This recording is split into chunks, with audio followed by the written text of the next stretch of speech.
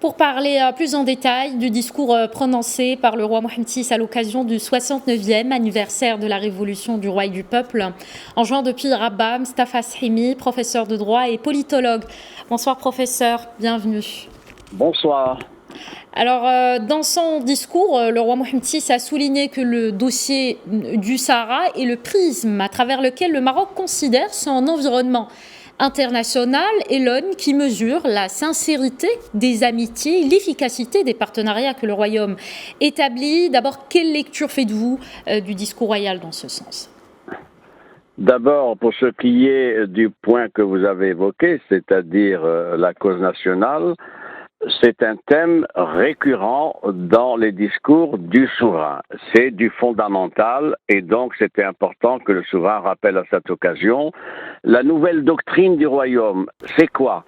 C'est le fait qu'il y a eu une capitalisation d'acquis depuis pratiquement 2 ans et que cette nouvelle situation conduit la diplomatie du Maroc donc à avoir des positions plus claires et plus nettes à l'endroit d'un certain nombre de pays avec lesquels nous avons des relations traditionnelles, des pays nouveaux, qui persistent encore dans l'ambiguïté. Et ce qui me frappe dans la déclaration royale, sur ce point particulier, c'est la grande fermeté, le souverain ayant déjà annoncé dans des précédents discours que tout ce qui pouvait porter atteinte à l'intégrité territoriale du royaume, sur le plan économique et commercial et autres, était irrecevable. Cette fois-ci, c'est avec beaucoup de force et de détermination qu'il y a cette annonce et cette décision royale. Alors, vous avez parlé de détermination et de clarté. Justement, le Maroc n'accepte plus les positions ambiguës. C'est l'un, d'ailleurs, des principaux messages du discours royal. D'après vous, quels sont les pays visés, professeur Shimi ? Il y a les grands acquis, il faut le rappeler, la reconnaissance américaine des grands pays européens, l'Allemagne, l'Espagne et d'autres pays, etc. Ceux qui sont mis en cause dans cette affaire-là, c'est évidemment la France. Sur la question nationale, la France s'en tient, si je puis dire, à un service minimum, se contentant, avec beaucoup de recul et de retenue, à soutenir le processus onusien, sans réévaluer sa position sur la question nationale, en prenant exemple sur l'Allemagne, en prenant exemple sur d'autres pays, en partie les Pays-Bas, mais aussi l'Espagne. L'Espagne qui est un parti et un pays important sur cette question parce qu'il a eu la responsabilité historique du dossier du Sahara et qui a osé en avril dernier, avec beaucoup de courage, réorienter sa diplomatie en donnant même la priorité au projet marocain d'autonomie et d'autodétermination qui avait été présenté au Conseil de sécurité le 11 avril 2007 et qui depuis 2007, depuis 15 ans, est réaffirmé continuellement par toutes les résolutions du Conseil de sécurité. Alors, le souverain a également appelé à la création d'un mécanisme, chargé d'accompagner les compétences et les talents marocains à l'étranger, d'appuyer leurs initiatives et leurs projets. Le souverain a souligné la nécessité d'établir une relation structurelle, suivie avec ces compétences, y compris avec les Marocains juifs. Quelles sont les prérogatives dont disposera ce nouveau mécanisme, professeur Shimi ?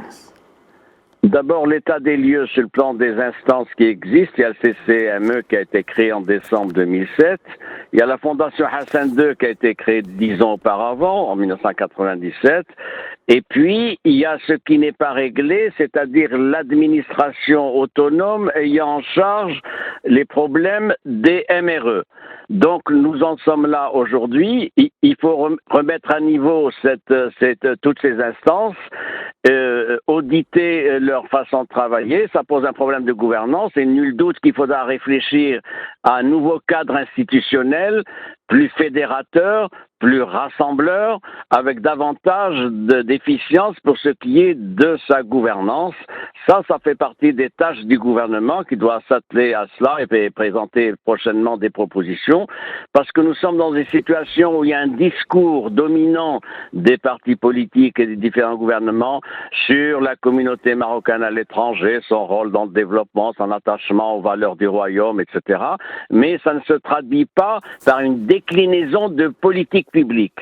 Et il a fallu donc cette ferme interrogation royale, qui est une interrogation en même temps critique, pour dire qu'est-ce qui est fait et qu'est-ce qui n'a pas été fait. Et il a énuméré 4 thèmes en particulier, vous le savez.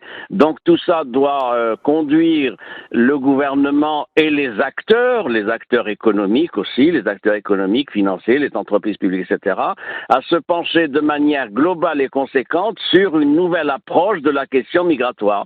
Je rappelle pour finir que la communauté marocaine à l'étranger contribue à hauteur de 25% pour ce qui est des réserves de change, c'est-à-dire 87 milliards de dirhams pour les prévisions de 2021, pour des réserves de change qui sont de 340 milliards de dirhams. Il y a également une part importante des dépôts bancaires de cette communauté, et tout ça doit se traduire par une nouvelle approche pour une participation affinée, étudiée de notre communauté à l'étranger. Nous avons des compétences. Ce n'est plus l'immigration traditionnelle des années 70-80, c'était une immigration de travail. C'est maintenant un capital exceptionnel de compétences du savoir dans tous les secteurs. Et ça doit être mis en équation dans une politique d'accompagnement, de suivi et de promotion, d'autant qu'il y a la nouvelle charte de l'investissement. Il faut donc réfléchir aux moyens d'insertion de cette communauté dans les priorités de la nouvelle charte, notamment des PME et TPME, et dans tous les projets de partenariat, de start-up, de projets locaux, etc. Il y a de la matière. Maintenant, il faut des politiques publiques. Parfait. Merci beaucoup, Mustapha Srimi, professeur de droit et politologue. Merci de votre éclairage.